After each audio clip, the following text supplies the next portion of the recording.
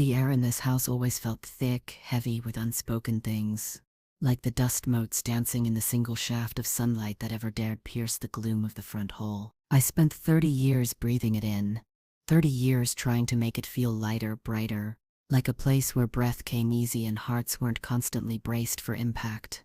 My son, Michael, grew up in it. You'd think he'd hate it, crave open windows and fresh air. But some people just learn to live in the stuffiness, even contribute to it. He announced his engagement over a dinner that felt more like a business negotiation than a family celebration. Sarah, his fiancée, was lovely, in a brittle, perfect way, all sharp angles and calculated smiles. She admired my modest collection of antique teacups with just the right amount of performative awe before pivoting the conversation to venues and guest lists. It was clear from the start this wouldn't be a quiet backyard affair. They spoke of ballrooms and string quartets and destination honeymoons as if these were basic human necessities like air or water. My husband, Robert, beamed, puffing up his chest like a proud peacock, ready to write checks that, if he were honest, weren't entirely his to write, or rather weren't his alone. He made a show of generosity, of wanting the best for his only son, while I sat there, a knot tightening in my stomach, watching the numbers climb in their casual conversation like a relentless tide. I'd managed the household finances for decades, a quiet, often invisible labor. I knew our limits. Robert had his business, yes, but it had its ups and downs. More downs than he liked to admit publicly. My own small savings, squirreled away from years of careful budgeting. Little bits I'd hoped might one day offer a cushion for retirement, or a rainy day, suddenly felt terribly exposed. Michael caught my eye once, his gaze slipping from Sarah's animated face to mine. There was something in his look I couldn't quite decipher then. Not malice, not exactly, but a certain blankness. A detachment that chilled me more than anger ever could. It was the look of someone already miles away, building a future that didn't quite include the ground he stood on, or the people who'd put him there. He'd always been good at that, hadn't he? Drifting just out of reach, taking what he needed, then looking surprised when you pointed out the empty space he'd left behind. Robert interrupted my thoughts, clapping Michael on the back, already talking about his contribution. My contribution was expected, of course, but never discussed with the same grand pronouncements. It was just assumed, like the sun rising. My role was silent support, practical arrangements, quiet sacrifice. It always had been, and I, like a fool, had always played my part. This time, though, the stakes felt higher. The numbers they were tossing around weren't just numbers. They felt like pieces of my future being chiseled away, brick by painstaking brick. The air got thicker. Indeed, the wedding planning became an all-consuming vortex. Sarah had vision, which translated to unlimited budget, in theory, primarily funded by others in practice. Michael, supposedly involved, mainly acted as a nodding figurehead, agreeing to whatever Sarah proposed while periodically reminding us how much work this was for them. The vendor meetings were excruciating. Lavish flower arrangements that cost more than my first car. A cake that was less dessert, more architectural marvel. A photographer who charged by the hour what I made in a week at the small, quiet bookstore I worked at part-time, mostly for my sanity and a little extra mad money Robert never seemed to think I needed. I sat through these meetings, offering meek suggestions about cost-saving measures, which were met with polite but firm resistance. "But Mother," Michael would say, using that tone that combined condescension with faux endearment, "this is our special day. We only get one. We want it to be perfect." Perfect, it seemed, was synonymous with obscenely expensive.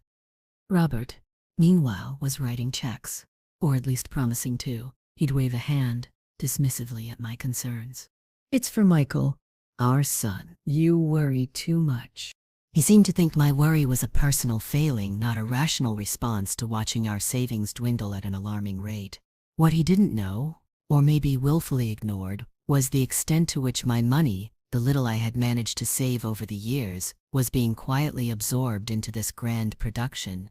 He'd asked me to transfer funds between accounts, to cover things temporarily, promising to reimburse me. The reimbursements never quite materialized, or they were for smaller amounts. with some vague explanation about business expenses. I didn't push. I never pushed. That was my mistake, wasn't it? My defining characteristic, perhaps. The woman who didn't push. I saw the bills piling up, some addressed to Robert, some addressed simply to our last name family, some even to me personally for deposits on things I barely remembered agreeing to, if I had agreed at all. There was a creeping dread, a cold knowing in my gut that something was fundamentally wrong, that the expenses weren't just high, they were astronomical, and the responsibility for them was subtly, insidiously, being shifted.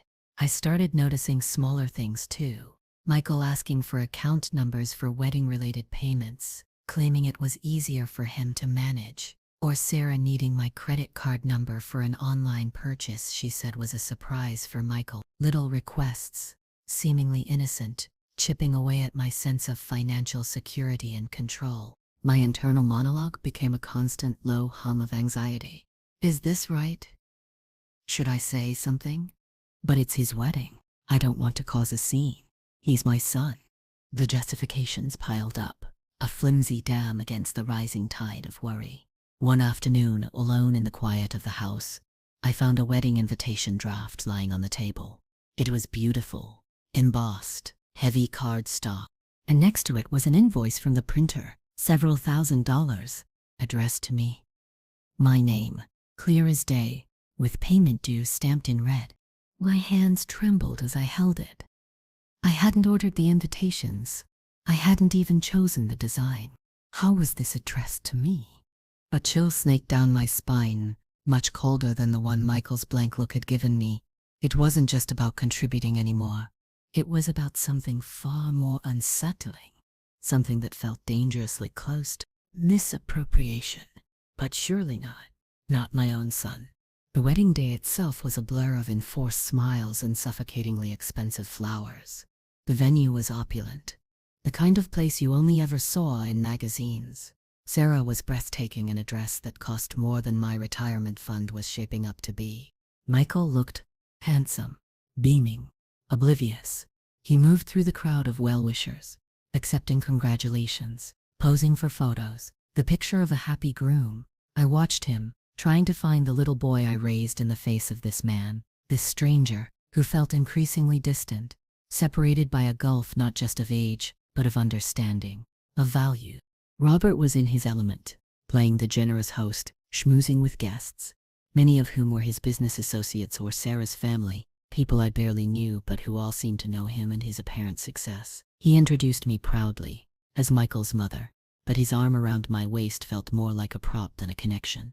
I saw him point me out to someone, whispering something, and they both looked over at me, then exchanged a look I couldn't quite interpret. Pity? Amusement? I quickly looked away, focusing on arranging my shawl, feeling suddenly small and insignificant, despite being one of the mothers of the occasion. There was a moment during the reception, after the choreographed first dance and the toasts, when I saw Michael and Sarah huddled with a man in a suit, looking quite serious. He handed them some papers. They nodded, signed something quickly, then tucked the papers away, their faces instantly smoothing back into celebratory masks as they rejoined the party. A brief, unsettling flicker of something serious in the midst of the revelry. What was that about? My gut clenched again, the same cold dread returning. Later during dinner, I overheard Robert talking loudly about the wedding costs. Biggest investment I've ever made, he boomed, laughing. But worth every penny for my boy. Investment. He called his son's wedding an investment. Was that how he saw everything? As a transaction? I excused myself, needing a moment away from the noise and the forced cheerfulness. In the ladies' room, I looked at my reflection. My face was strained.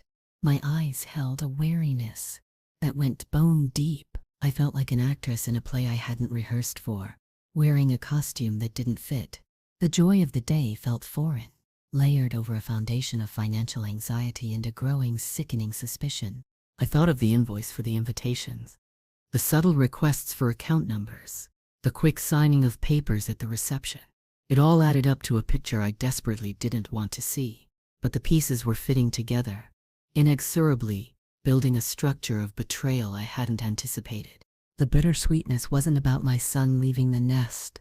It was about the cost of his flight, a cost I increasingly feared I was unknowingly footing, maybe even for things I hadn't authorized while everyone else celebrated. The music from the ballroom seemed to mock me. A cheerful tune playing while my world felt like it was quietly, privately crumbling. The days after the wedding were quiet, unnervingly so. The house felt empty, not just because Michael was gone on his honeymoon, but because the frantic energy of the planning had vanished, leaving a vacuum filled only with the silence of my own thoughts and the growing pile of mail by the front door. And then the bills started arriving, not just the final tallies for things I expected, like the caterer or the venue deposit Robert had supposedly handled, but statements for credit cards I rarely used, cards I kept for emergencies or specific online purchases, cards with relatively low limits that were suddenly maxed out. High interest balances stared back at me from the envelopes. Charges for things I didn't recognize. A significant amount at a high-end jeweler. Purchases from expensive clothing boutiques. Large online orders for electronics. None of these were things I had bought.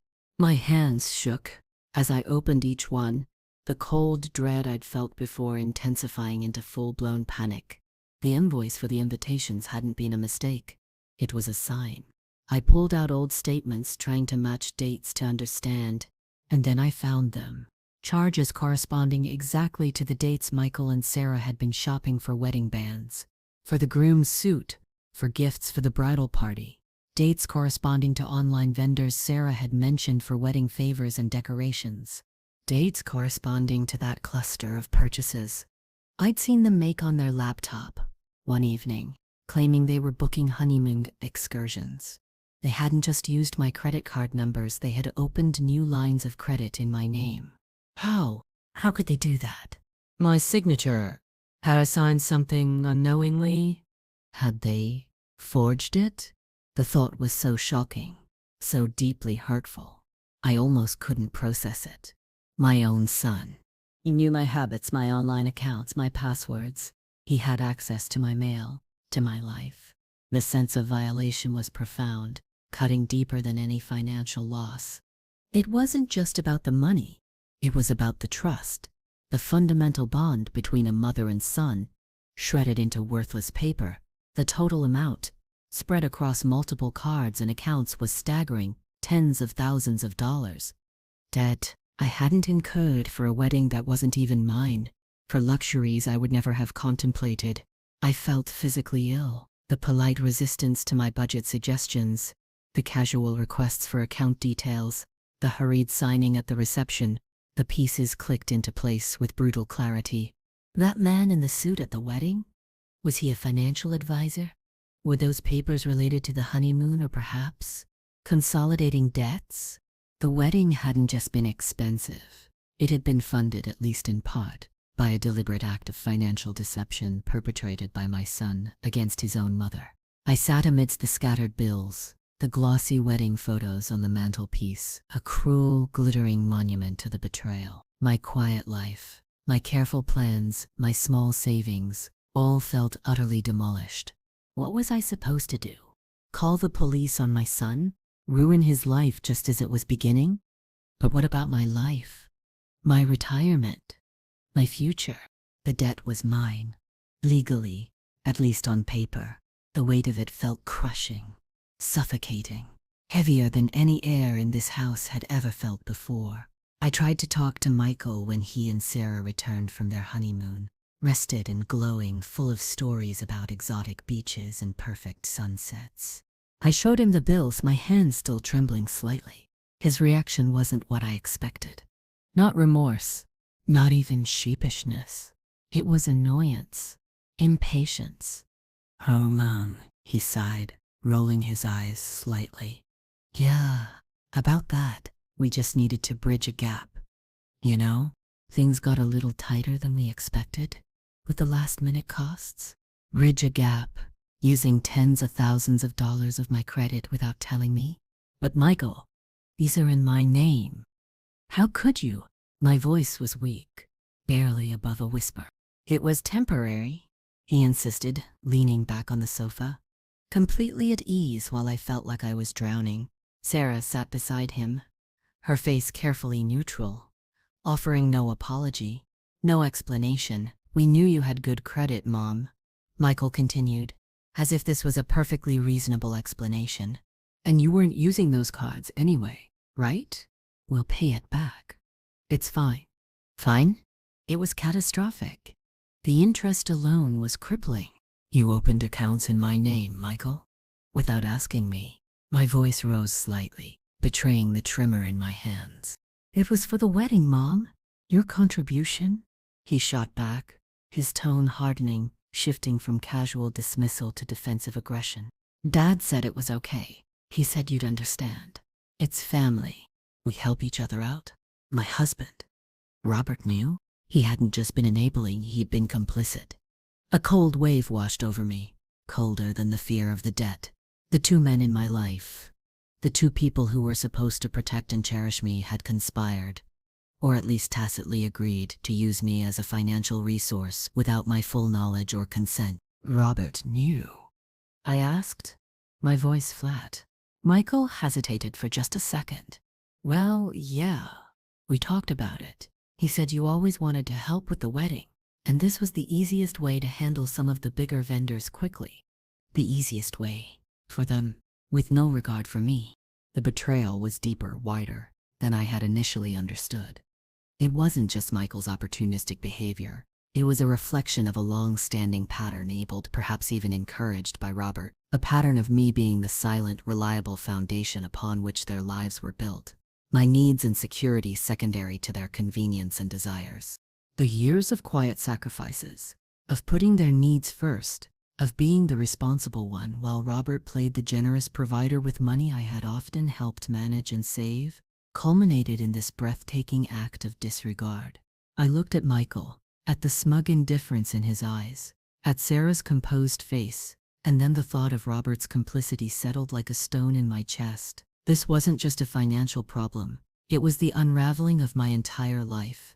A life built on assumptions of love and loyalty that felt brutally exposed as false. It wasn't just the debt. It was the sheer casual cruelty of it. The assumption that I would just bear this burden quietly, as I had borne so many others. The full weight of the situation crushed me. The debt was real, substantial, and legally mine. Michael's casual promise to repay it felt flimsy, and the thought of relying on Robert, who had clearly known and approved, was laughable. I was trapped by debt incurred for my son's lavish wedding, trapped in a marriage with a man who valued my financial utility more than my well-being, trapped in a life where I had always put others first, and now found myself with nothing. The house, once a symbol of stability, felt like a cage. Every room held memories of small slights, ignored needs, a slow erosion of my sense of self. The antique teacups Sarah had admired felt less like cherished objects, and more like relics of a life I barely recognized. A life where I had tried so hard to be the perfect wife and mother, only to be treated as an inexhaustible resource. Despair settled over me, heavy and suffocating. I barely ate, barely slept. My part-time job felt pointless. Any money I earned would be swallowed instantly by the minimum payments on this mountain of debt. Retirement? A cruel joke. I saw no way out, no one to turn to. Robert was against me. Michael and Sarah were indifferent, expecting me to just handle it while they enjoyed their new life. My own family lived far away, elderly and with their own struggles. Friends offered sympathy, but couldn't offer practical help against such a colossal problem. I spent hours staring out the window, watching the world go by, feeling completely disconnected from it. The injustice of it all was a bitter pill. I had dedicated my life to them, sacrificed my own ambitions, managed the household with careful precision, saved where I could, always with their future in mind, and this was my reward. Financial ruin orchestrated by the very people I had devoted myself to. I felt a deep, aching loneliness, a sense of profound betrayal that went far beyond the money. It was a betrayal of who I thought they were, of who I thought we were as a family. It felt like a fundamental misunderstanding of love and obligation. Was I just a means to an end? Was my value purely transactional? The thought was unbearable. I contemplated the worst, brief, dark flashes of thought that scared me with their finality. But something deep inside, a flicker of the quiet strength I'd always possessed but rarely shown, refused to surrender completely. I couldn't see a path forward, but I couldn't accept this as the end of my story either. This couldn't be the legacy of my life. A woman buried under her son's wedding debt and her husband's indifference. There had to be something, some way. Even if I couldn't see it yet, I had to believe there was a way to claw my way out of this suffocating darkness. The thought was a tiny ember in the vast coldness, but it was a start, a refusal to be extinguished. Feeling utterly helpless, yet propelled by that faint ember of resistance, I knew I needed advice, professional advice. The idea of talking to a lawyer felt daunting, impossible, given my financial state. How could I even afford a consultation, let alone legal representation for a divorce I now desperately wanted, or for addressing this monstrous debt? But I couldn't stay paralyzed. I started researching options online late at night, long after Robert had gone to bed, feigning sleep in the room next door. I looked up debt relief, bankruptcy, family law. The legal jargon blurred together, each term adding another layer to my anxiety. One phrase kept coming back: complex financial situations. Mine certainly qualified. I found the website for a local family law firm, reputable but undoubtedly expensive. I read the lawyer profiles, looking for a name that didn't feel intimidating. One stood out: Clara Vance. Her profile picture showed a woman with kind but sharp eyes. Her bio mentioned experience with high-asset divorces and financial complexities within families. High asset? That wasn't my life. Not anymore. But financial complexities? Betrayal? That resonated. I stared at the contact form, my finger hovering over the mouse. The consultation fee listed was steep. Impossible. I closed the laptop, the despair rushing back. How do you fight back when you have nothing left to fight with? The house itself felt like a constant reminder of my entrapment. Every object, every room, tied to the life Robert and I had built, a life that now felt like a crumbling facade. I wandered through the rooms, touching familiar things. The armchair where I read, the piano I rarely played anymore, the photos on the walls, photos of Michael growing up, photos of Robert and me, from happier times, times that now felt like they belonged to different people. And then I saw it, on Robert's desk in the study, amidst the clutter of papers and files, an open bank statement. Not our joint account, his business account, and next to it a summary of investments, stocks, bonds, mutual funds, accounts I had only vaguely known about, handled entirely by him or his financial advisor. The numbers were substantial, far more than I had ever imagined he had access to. Certainly far more than the figures he discussed with me when I managed our household budget. A cold, hard realization dawned. Robert wasn't just helping Michael. He had significant personal wealth, separate from what he presented as our shared finances. He had the means to pay for that entire wedding himself, several times over, if he'd wanted to. But he hadn't. He had encouraged or allowed Michael to use my credit to saddle me with the debt while safeguarding his own assets. The betrayal twisted inside me, a fresh, agonizing wound. It wasn't just neglect. It was active protection of his own interests at my expense. He saw me as disposable, as a shield against his own financial exposure. And then amidst his papers, I saw something else, a document related to Michael. Not the wedding, something else, a trust fund. An investment portfolio set up for him? Michael, who had claimed to need my credit to bridge a gap, who had accrued massive debt in my name, apparently had his own financial resources, likely gifted by Robert or even Sarah's wealthy family. The irony was a sharp, bitter taste. They had resources. I had debt. It was a deliberate, cruel inversion. But then the tiny ember of resistance flickered brighter. An idea, born of desperation and fueled by righteous fury, began to take shape. An inversion indeed. The idea felt reckless, terrifying and exhilarating all at once. They had used my resources for their gain, leaving me vulnerable and exposed. Now, I knew Michael had resources of his own, resources he hadn't shared, resources he had protected while leveraging mine. If they could treat family like a financial instrument, why couldn't I? I thought of Clara Vance, the lawyer with the kind but sharp eyes. I couldn't afford her with my non-existent funds and crushing debt, but Michael likely could afford her. The sheer audacity of the thought made my heart pound. It was a wild idea, maybe impossible, maybe even morally questionable in the abstract. But morality felt like a luxury I could no longer afford when my future was being stolen. They had acted without compunction. Perhaps I needed to learn from them.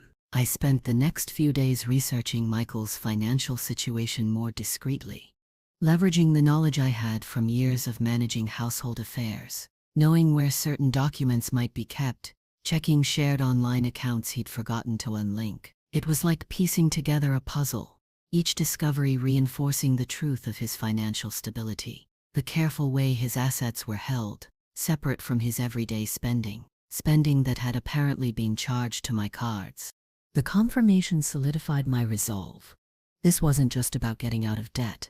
It was about reclaiming my life, about asserting my worth after years of being treated as a background figure, a resource to be tapped. The divorce felt necessary now, not just for my emotional well-being, but for my financial survival.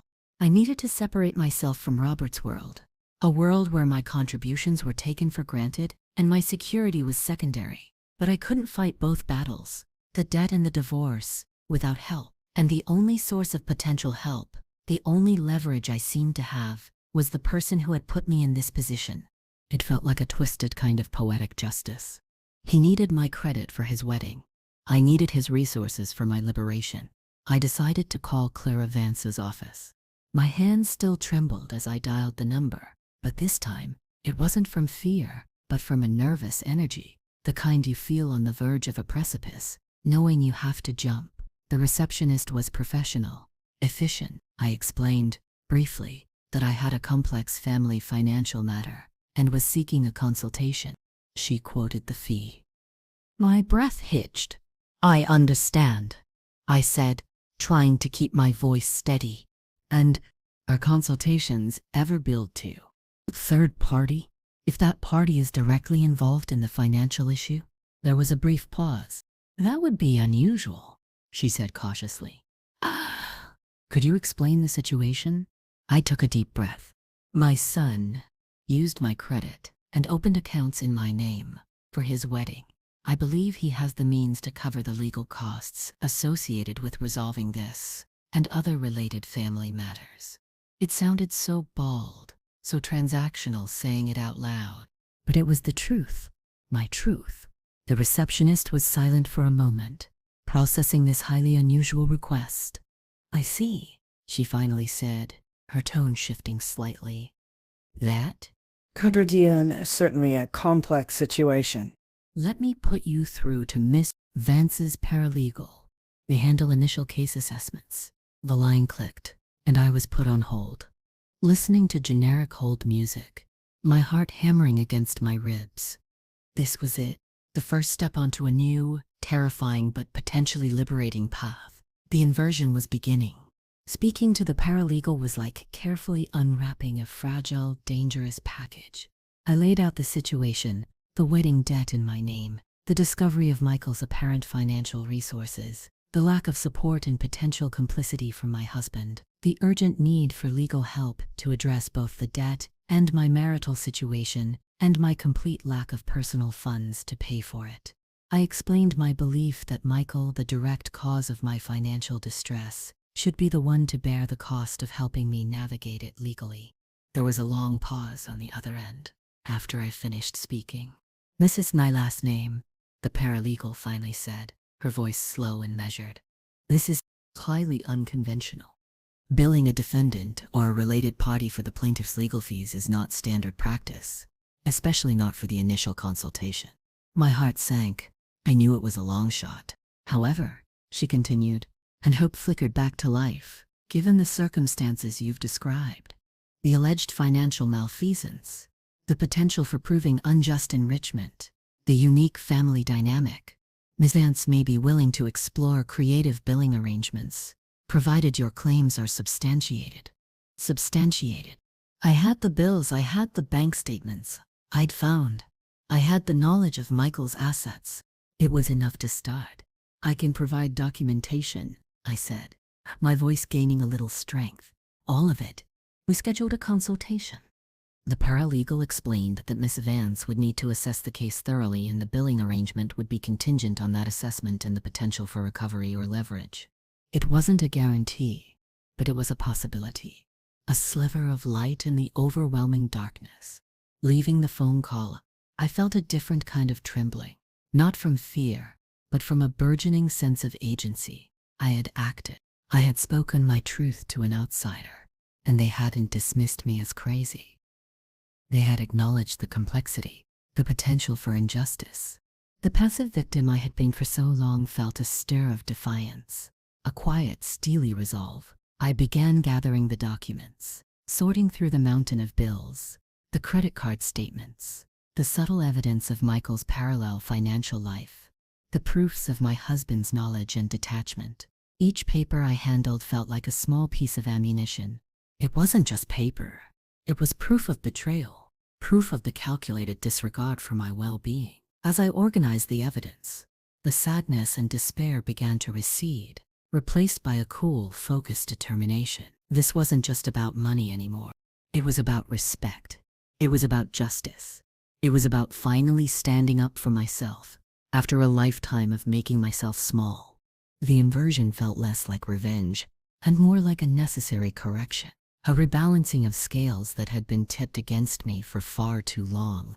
I wasn't acting out of spite, but out of a desperate need for survival and self-preservation. This was my fight now, and for the first time I felt like I might have a chance to take back what was stolen, not just financially, but spiritually. The meeting with Clara Vance was unlike any conversation I'd ever had. Her office was calm, quiet, filled with books and a sense of quiet authority. She listened intently as I laid out the tangled story, the years of being the quiet anchor, the wedding demands, the shock of the debt, the discovery of Michael's resources, Robert's complicity, my current state of financial ruin and emotional exhaustion. I showed her the documents, the credit card statements showing the wedding-related charges, the evidence of accounts opened in my name, the glimpse I'd had of Michael's substantial investments, the proof of Robert's access to wealth he hadn't shared or used to mitigate the wedding costs. I spoke about the feeling of being used, of the casual cruelty of it all. Clara Vance didn't interrupt. Her sharp eyes missed nothing. When I finished, the silence stretched, heavy with the weight of my story. "This is my last name," she said at last, her voice calm. "What they have done to you is unconscionable. It appears to be a clear case of financial abuse and potentially fraud, perpetrated by your son with your husband's apparent knowledge and tacit approval."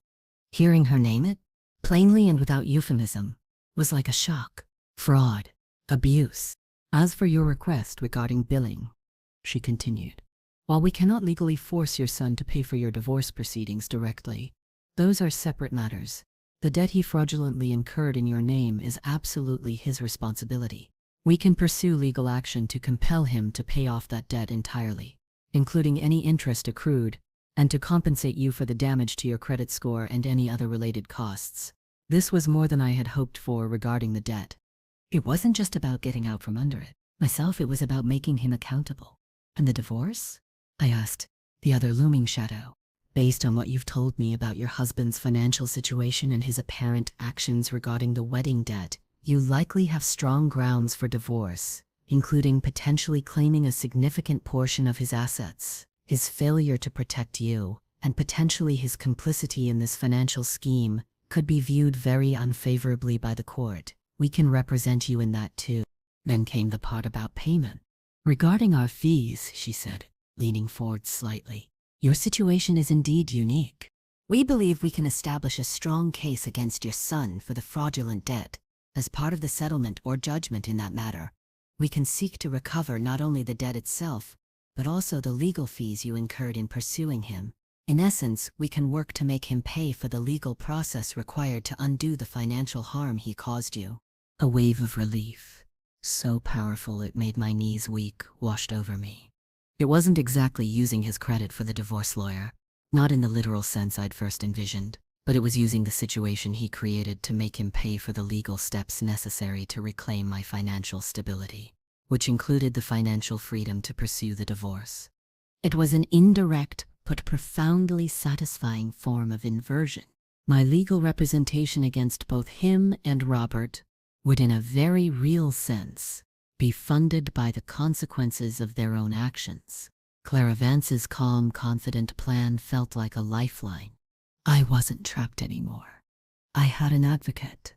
I had a path forward. The quiet woman who had always put others first was finally putting herself first, armed with legal counsel paid for, indirectly by the very people who had tried to break her. The power dynamic had shifted, not with a dramatic flourish, but with the quiet, deliberate turning of a key in a lock. The legal process began, slow and deliberate, much like the buildup of tension in my own life had been. Clara Vance and her team were meticulous. They sent demand letters to Michael and Sarah, detailing the fraudulent debt and the expectation that they repay it in full immediately, compensating me for damages. They initiated legal proceedings for the divorce from Robert, citing financial misconduct and incompatibility. The reactions were swift and, predictably, defensive. Michael was outraged. He called me not with an apology but with accusations.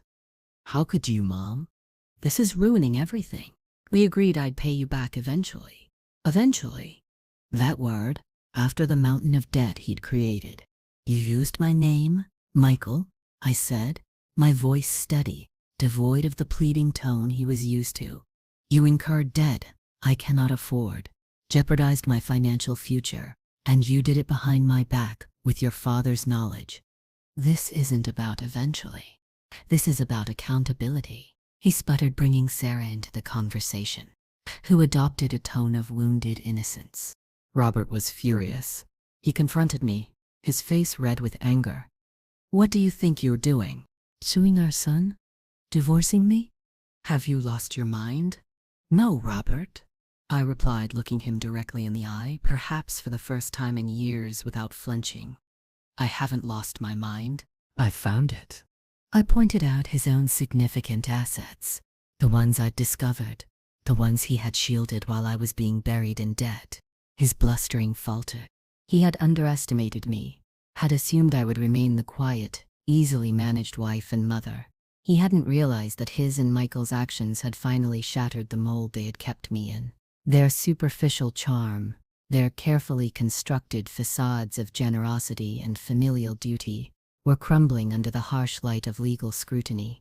Clara Vance had warned me it wouldn't be easy, that they would likely fight back, try to portray me as unreasonable, vindictive, but I was prepared. The years of quiet observation, of knowing their patterns, their weaknesses, their self-serving natures, had given me a quiet strength I hadn't known I possessed. I was no longer afraid of their anger or their disapproval. Their opinions had ceased to matter. What mattered was reclaiming my life, my financial security, my dignity.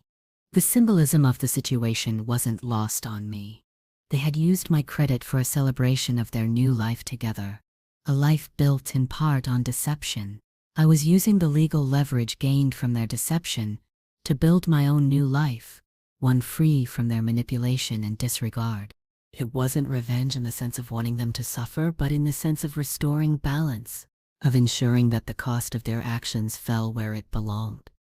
The house, once a cage, now felt like a battlefield, but one I was no longer afraid to fight on. I walked through its rooms, no longer seeing just memories of past hurts, but seeing it as an asset to be divided, a tangible piece of the life I was dismantling in order to rebuild.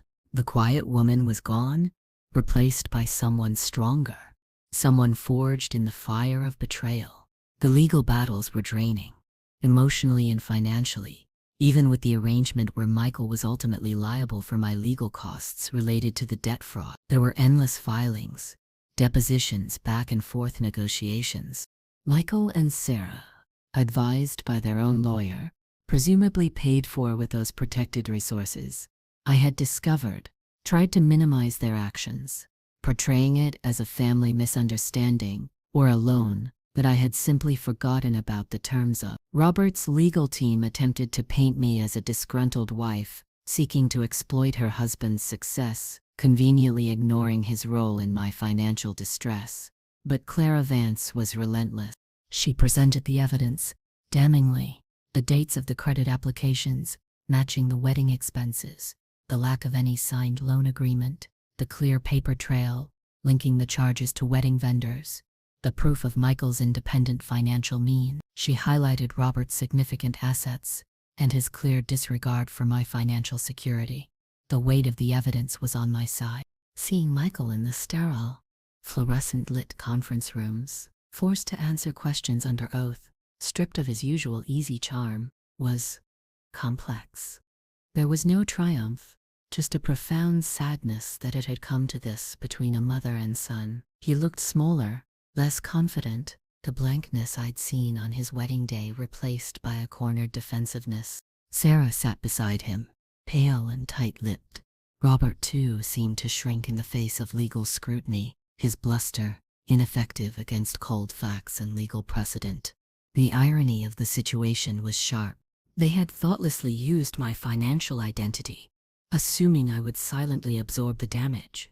Now that very act was forcing them to confront their dishonesty and pay a far higher price, not just the debt, but legal fees, reputational damage, and the permanent fracturing of our family. The financial leverage they had gained through deception was being inverted into legal leverage against them.